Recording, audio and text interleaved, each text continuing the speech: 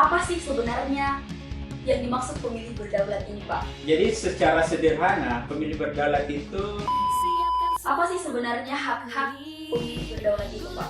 yang pasti hak pemilih berdaulat itu ya mereka harus mampu. Bagaimana sih kaitannya antara akuntabilitas itu dan transparansi dan pemilih berdaulat itu, Pak? Tentu berbicara tentang transparansi dan akuntabilitas maka itu sudah pasti harga mati. Nah, tentu teknologi akan sangat mempengaruhi kedaulatan pemilih. Bagaimana peran kita dapat menanggulangi hal tersebut, Pak? Sekarang itu manusia sampai pada titik fraktal atau viral.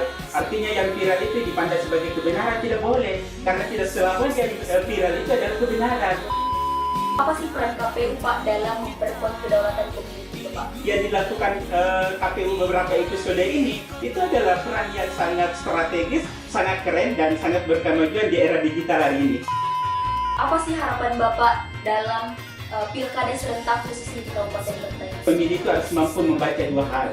Apa itu where we are, di mana kita.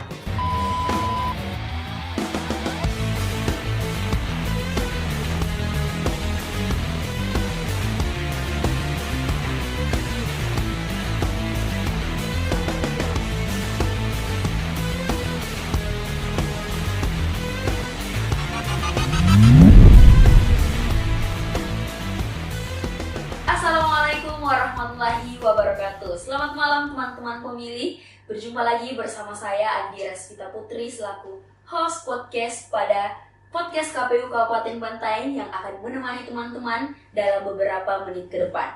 Nah, pada episode kali ini kita akan membahas terkait pemilih berdaulat untuk masa depan Kabupaten Bantaeng.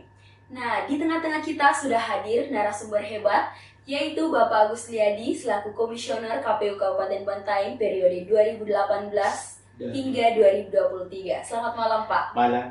Apa kabar malam ini, Pak? Alhamdulillah kabar baik.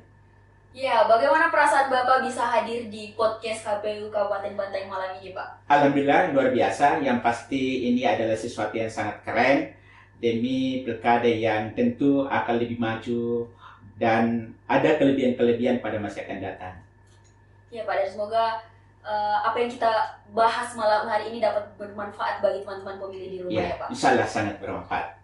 Ya, berbicara terkait pemilih berdaulat, Pak. Ya. Apa sih sebenarnya yang dimaksud pemilih berdaulat ini, Pak? Jadi secara sederhana pemilih berdaulat itu ya tentu kita harus mampu memahami bahwa Bantaeng ini ibarat kapal, di mana di pilkada nanti kita akan memilih nakodanya yang akan membawa kapal ini berlayar mau kemana.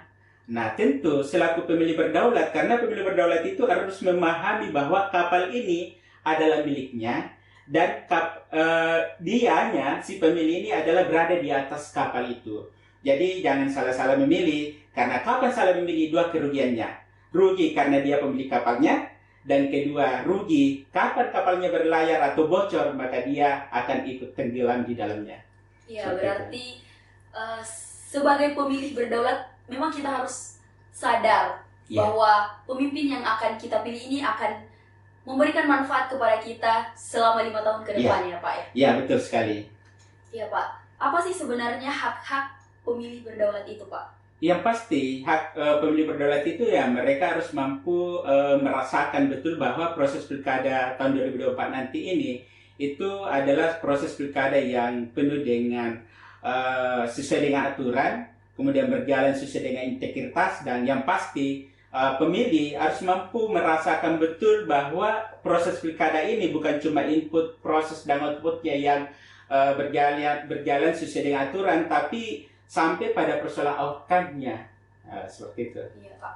Nah, berbicara terkait proses pilkada itu sendiri, Pak. Nah, bagaimana sih proses pilkada ini mendukung kedaulatan pemilih, Pak? Nah, tentu terdapat beberapa tantangan. Nah, bagaimana sih Bapak melihat hal itu? Yang pasti seorang pemilih itu harus mampu menyadari betul bahwa dia harus mampu, tantangan-tantangan itu kan seperti godaan politik uang.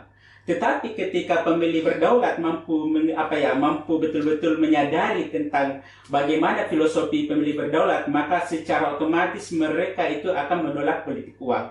Karena politik uang itu ibarat bom waktu yang suatu saat nanti akan meledak. Jadi jangan salah-salah.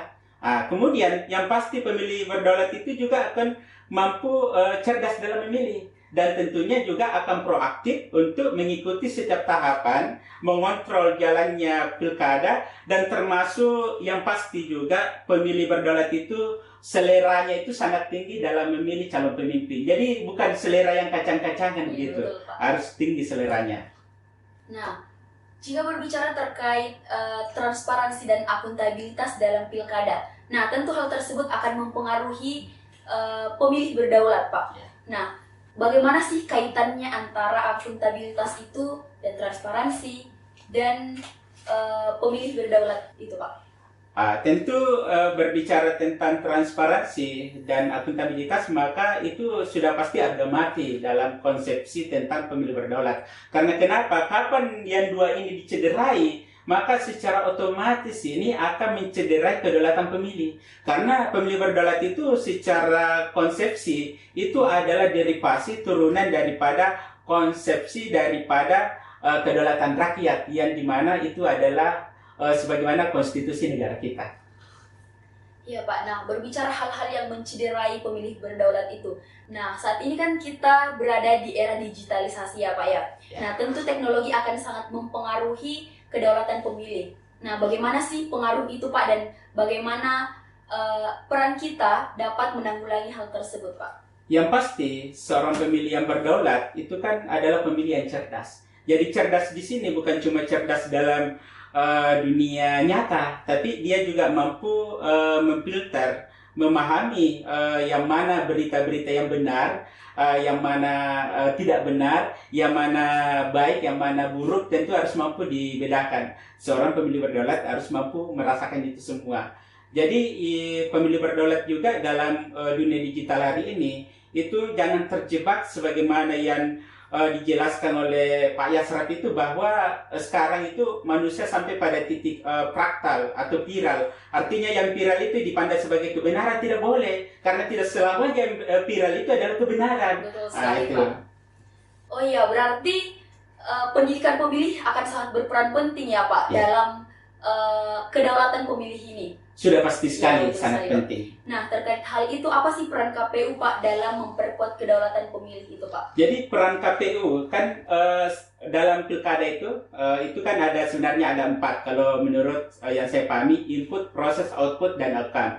Ketika penyelenggara pemilu dalam hal ini KPU hanya mampu menjamin kualitasnya pada maksimal output, maka peran yang mampu menjamin kualitas itu sampai outcome itu adalah pemilih dan peserta pemilu. Lalu bagaimana perannya? Perannya seperti yang kita lakukan malam ini, itu adalah bagian daripada peran KPU, bagaimana supaya outcome itu, artinya pemilih cerdas, supaya outcome itu terjamin kualitasnya. Jadi ini adalah perannya. Jadi yang dilakukan KPU beberapa episode ini, itu adalah peran yang sangat strategis, sangat keren, dan sangat berkemajuan di era digital hari ini. Iya, betul sekali Pak. Jadi memang KPU ini bersinergi dan memang memiliki usaha-usaha dalam memperkuat kedaulatan pemilih itu sendiri ya Pak ya. Salah satunya di podcast ini ya betul, Pak. Betul. Nah, yang terakhir nih Pak, apa sih hubungan antara kedaulatan pemilih dan partisipasi politik dalam masyarakat Pak? Ya, tentu hubungannya sangat jelas, bahwa hubungannya itu adalah muara besarnya adalah kualitas. Artinya dengan pemilih berdaulat, maka partisipasi itu bukan sekedar bagaimana suara dikonversi menjadi anggaplah kursi, tapi nanti suara itu akan terkonversi menjadi harapan yang luar biasa nantinya. Ya, seperti itu. Ya, bagaimana kemudian nanti akan memberikan pengaruh terhadap daerah-daerah kita ya Pak ya? Iya. Iya.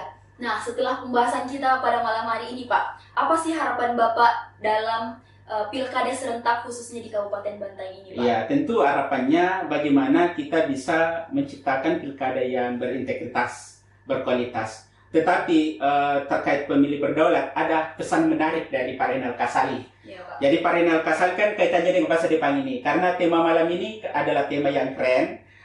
pesannya itu adalah bahwa untuk masa depan Bantaeng itu tidak cukup dengan motivasi, tapi kita harus mampu, pemilih itu harus mampu membaca dua hal. Apa itu? Where we are, di mana kita.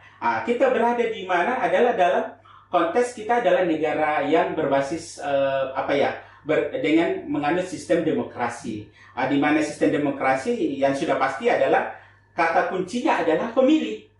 Kalau dalam pelaksanaan pilkada ada 3 aktor utama, ada penyelenggara pemilu, ada penyelenggara pilkada, ada peserta pilkada, maka aktor ketiga itu adalah pemilih. Dan pemegang kata kunci yang bisa menjamin outcome itu supaya terjadi demokrasi substansial itu adalah pemilih.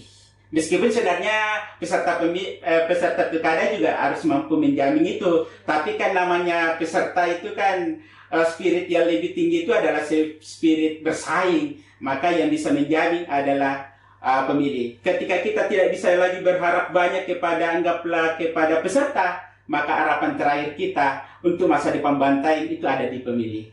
Ya Pak, berarti memang pemilih ini memang ya, harus berdaulat ya kata Pak. kunci. Iya, betul sekali Pak. Makanya di spanduk-spanduk KPU itu kalau kita perhatikan itu ada selalu tertulis pemilih berdaulat, negara kuat. Jadi pemilih berdaulat, Bantaeng kuat. Tapi jangan dipahami sekedar tagline, tapi dipahami secara filosofis dan dikristalisasikan dalam proses pelaksanaan pilkada nantinya. Ya, oke. Terima kasih ya Bapak. Ya. Itulah tadi pembahasan kita pada malam hari ini terkait pemilih berdaulat untuk masa depan Kabupaten Bantaeng. Terima kasih atas waktunya Pak sudah hadir di podcast KPU Kabupaten Bantaeng. Dan semoga apa yang kita bahas malam hari ini dapat berguna dan bermanfaat bagi teman-teman pemilih di rumah. Ya, terima kasih Pak. Ya. Pilkada tak? Pilkada untuk kita. Saya selaku host pamit undur diri. Wabillahi taufiq wal hidayah. Wassalamualaikum warahmatullahi wabarakatuh.